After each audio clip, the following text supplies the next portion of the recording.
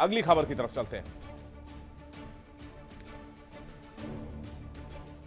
America Iran जंग, क्या इस जंग को समझने में अमेरिका चूक गया?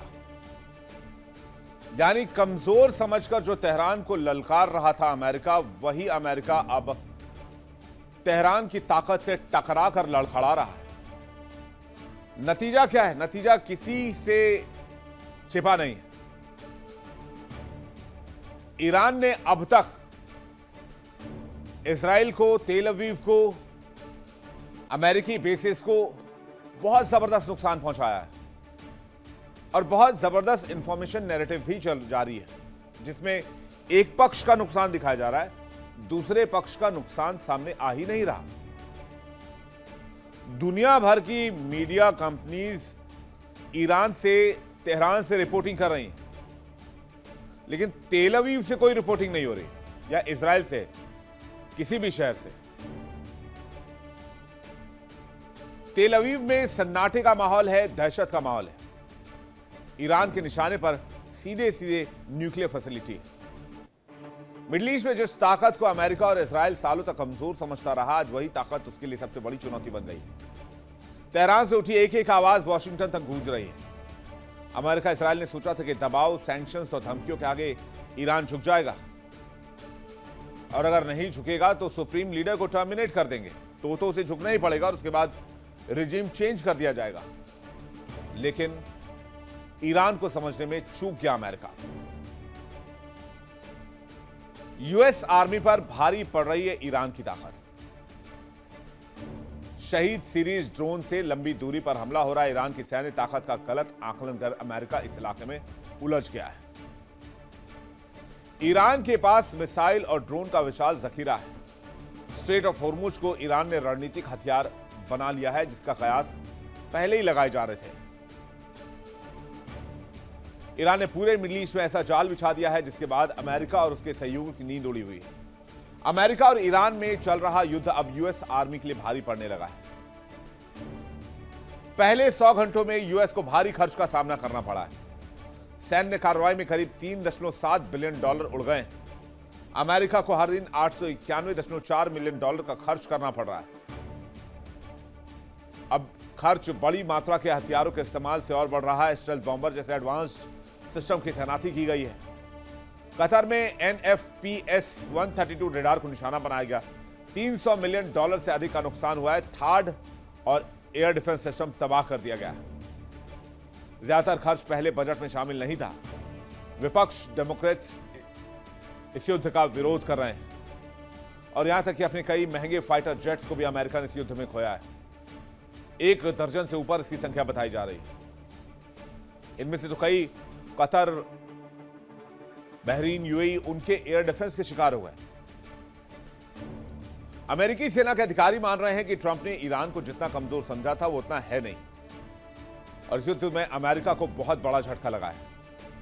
पेंटागन के हवाले से पता चला है कि ईरान के हमले में घायल एक और अमेरिकी सैनिक की मौत हो गई है, और इसी के साथ युद्ध में मारे गए अमेरिकी सैनिकों की संख्या ऑफिशियल 7 हो गई है।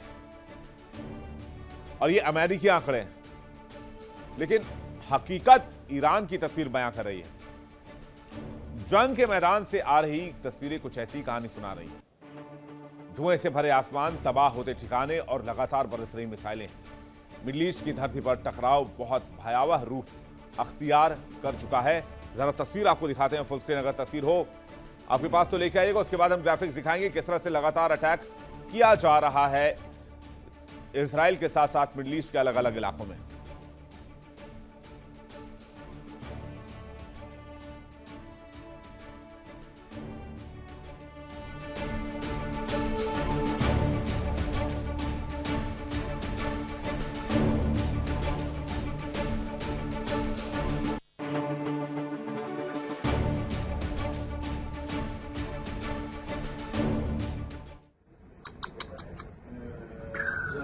Where's Sonny? The next one one? No, only one. Only one? Yeah. जंग के बाद अभी तक कितने लोग मारे गए हैं, कहां, ये देख लीजिए। ईरान में दावा यह है कि 1300 से ज्यादा लोगों की मौत हुई है, सैकड़ों घायल हुए हैं। लेबनान में 394 से ज्यादा लोगों की मौत हुई, 1000 घायल हुए हैं। इसराइल में कम से कम 11 मौत हुई, दर्जनों घायल हुए हैं। हालांकि फिर से बता रहा हूं, इसराइल की जो लोकल रिपोर्ट्स बता रही है उसमें मौत का आंकड़ा कहीं ज्यादा है। कुवैत में 4 लोगों की मौत हुई है, 35 घायल है। जॉर्डन में 5 लोगों की मौत हुई है। यूएई में 23 की मौत हुई है, 78 घायल हैं। इराक में 2 की मौत हुई है, 7 घायल हैं। ओमान में 1 की मौत हुई है, 5 घायल हैं। बहरीन में एक व्यक्ति की मौत हुई है, 4 घायल हैं। कतर में 16 घायल हैं। अमेरिकी बेस पर हमले में 7 अमेरिकी सैनिकों की मौत हुई है और 18 अमेरिकी सैनिक घायल हुए हैं। इससे पहले अमेरिकी राष्ट्रपति डोनाल्ड ट्रंप ने डेलावेयर के डोवर एयरबेस पर उन 6 अमेरिकी सैनिकों के पार्थिव शरीर की वापसी देखी जो ईरान अमेरिका युद्ध की शुरुआत में मारे गए। ये सैनिक कुवैत के शुआइबा पोर्ट पर ईरानी ड्रोन हमले में मारे गए थे। तस्वीर आपको दिखाते हैं किस तरह से बॉडी बैग्स लाए जाते हैं अमेरिका में, और ये किसी भी प्रेसिडेंट के लिए एक ऐसा पल होता है जो कांटों के शैया पर सोने के बराबर हो।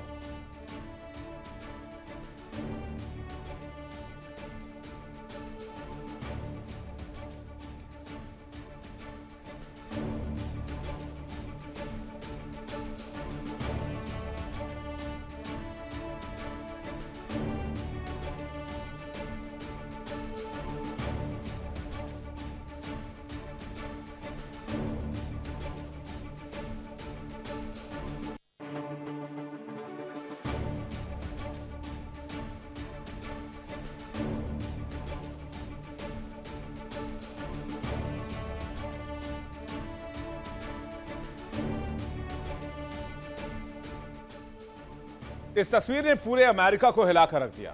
28 फरवरी को जब युद्ध शुरू हुआ तो डोनाल्ड ट्रंप को भी अंदाजा नहीं था कि इतने सैनिक मारे जाएंगे, और जब ये बॉडी बैग्स अमेरिका पहुंच रहे हैं तो डोनाल्ड ट्रंप के होश फाख्ता हैं।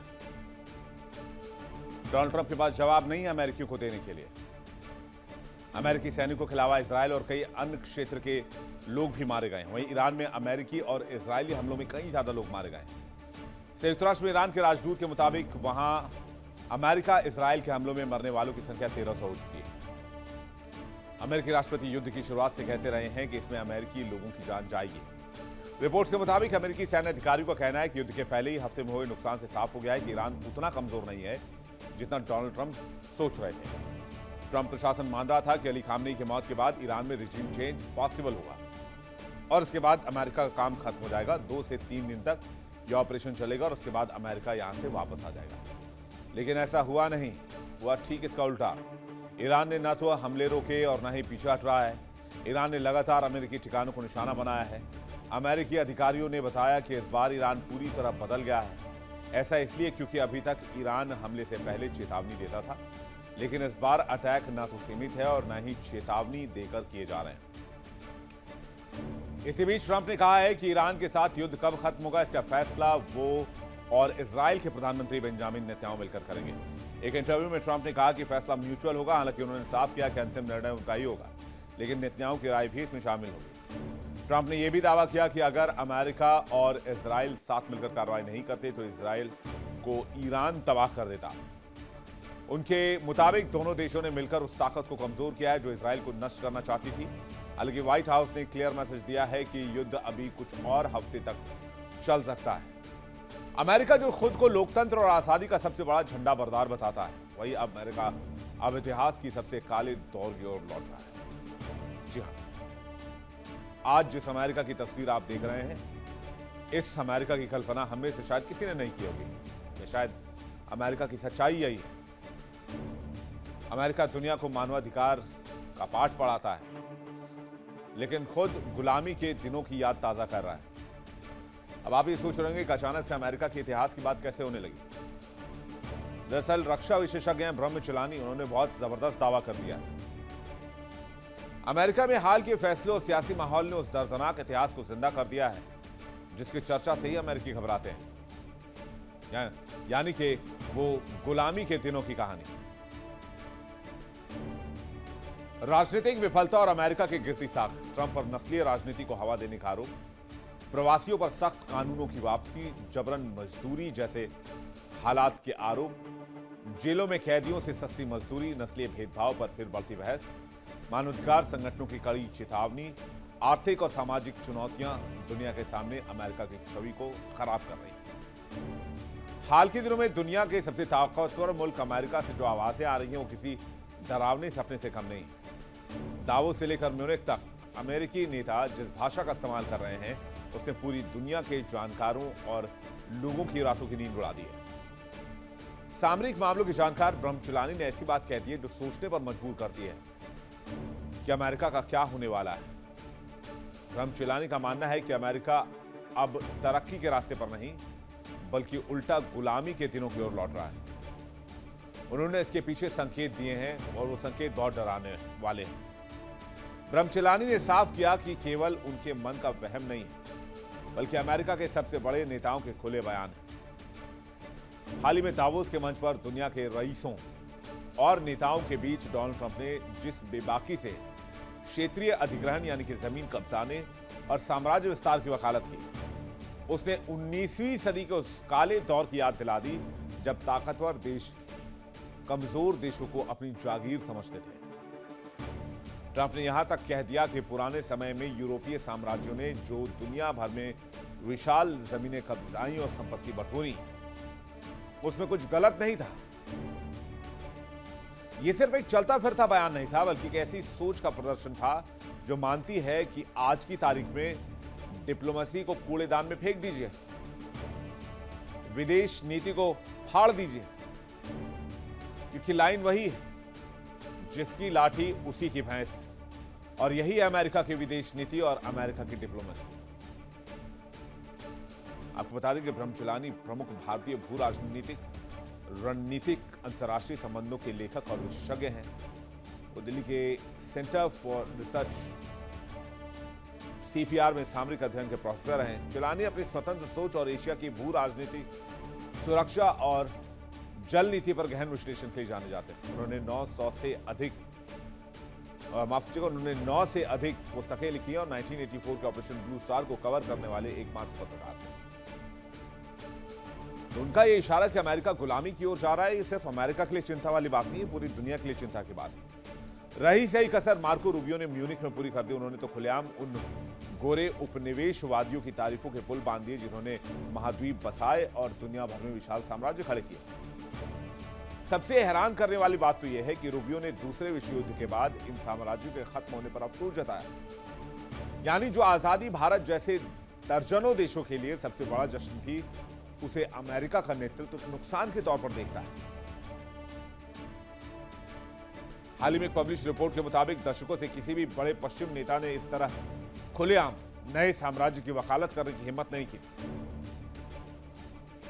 और रक्षा जानकार आगाह कर रहे हैं कि ये शब्द केवल हवा में नहीं उछाले जा रहे हैं। ट्रंप प्रशासन की नीतियां इसी दिशा में कदम बढ़ा रही हैं। अब जरा सोचिए, आज के दौर में क्या कोई मुल्क दूसरे मुल्क की जमीन खरीदने या कब्जाने की बात कर सकता है? लेकिन अमेरिका खुलेआम कर रहा है। ग्रीनलैंड पर कर रहा है, क्यूबा पे कर रहा है, मैक्सिको पर कर रहा है, कनाडा पर कह रहा है, पनामा नहर कहता है हमारे नाम कर दो, वेनेजुएला जैसे देशों में सैन्य कार्रवाई घुसकर करता है। ये सब कुछ वैसा ही लग रहा है जैसा 19वीं सदी में राजा महाराजा या साम्राज्यवादी ताकतें किया करती थी। ऐसा लगता है जैसे अंतर्राष्ट्रीय कानून और संप्रभुता जैसी चीजें अब केवल किताबों तक सीमित रह गई।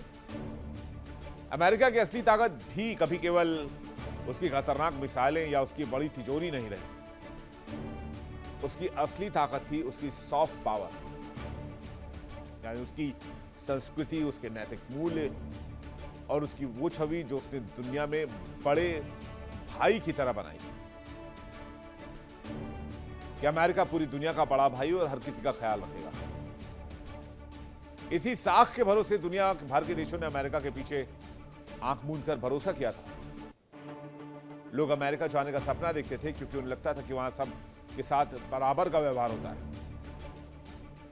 लेकिन डोनाल्ड ट्रंप ने साख को मिट्टी में मिला दिया। रक्षा जानकारों का इशारा साफ है। जब ट्रंप नस्लीय राजनीति को हवा देते हैं या प्रवासियों के खिलाफ नफरत भरे शब्दों का इस्तेमाल करते हैं, तो इसका असर केवल अमेरिका के अंदर नहीं, एशिया, अफ्रीका और लैटिन अमेरिका के उन देशों में भी होता है जिन्होंने सदियों तक गोरे साबों की गुलामी झेली है। वह एक बहुत बुरा मैसेज जाता है। उन्हें लगता है कि अमेरिका का लोकतंत्र और समानता का ढोल महज एक छलावा है। अमेरिका का ये नया साम्राज्य प्रेम उन देशों के पुराने जख्मों पर नमक छिड़कने जैसा है। आज दुनिया देख रही है कि अमेरिका खुद को एक लीडर के बजाय कब्जा करने वाला मुल्क बना रहा है। वेनेजुएला के राष्ट्रपति को गिरफ्तार करना हो, क्यूबा की घेरेबंदी हो जिससे मानवीय संकट खड़ी हो जाए, ईरान में इन्वेड करना हो, ईरान में घुसपैठ करनी हो, या ईरान के सुप्रीम लीडर की सरेआम हत्या कर देने की बात हो, ये सब हरकतें अंतर्राष्ट्रीय कानून का उल्लंघन है। यह अंतर्राष्ट्रीय कानून की धज्जियां उड़ाने वाली बात है। लेकिन कोई बड़ी ताकत इसके खिलाफ बोलने के लिए तैयार नहीं।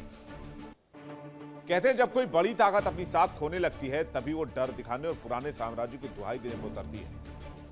ये उसकी ताकत की बहाली नहीं बल्कि उसके अंदर छिपे सुरक्षा का प्रमाण है। चीन और रूस जैसे देश अब खुलकर अमेरिका को पाखंडी कह रहे हैं। दुनिया के दूसरे देश जो कभी अमेरिका के पक्के यार थे, अब या तो डर के मारे या सावधानी के तौर पर उनसे किनारा करने में लगे होते हैं। उन्हें समझ आ रहा है कि अमेरिका अब किसी का दोस्त नहीं है बल्कि सिर्फ अपने फायदे का गुलाम है।